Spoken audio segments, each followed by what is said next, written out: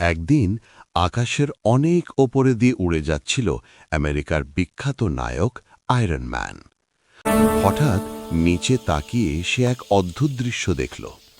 একটা ছোট ছেলে, তার এক পা ভাঙা, হাতে একটা লাঠি, তবু সে ধীরে ধীরে স্কুলের দিকে হেঁটে যাচ্ছে।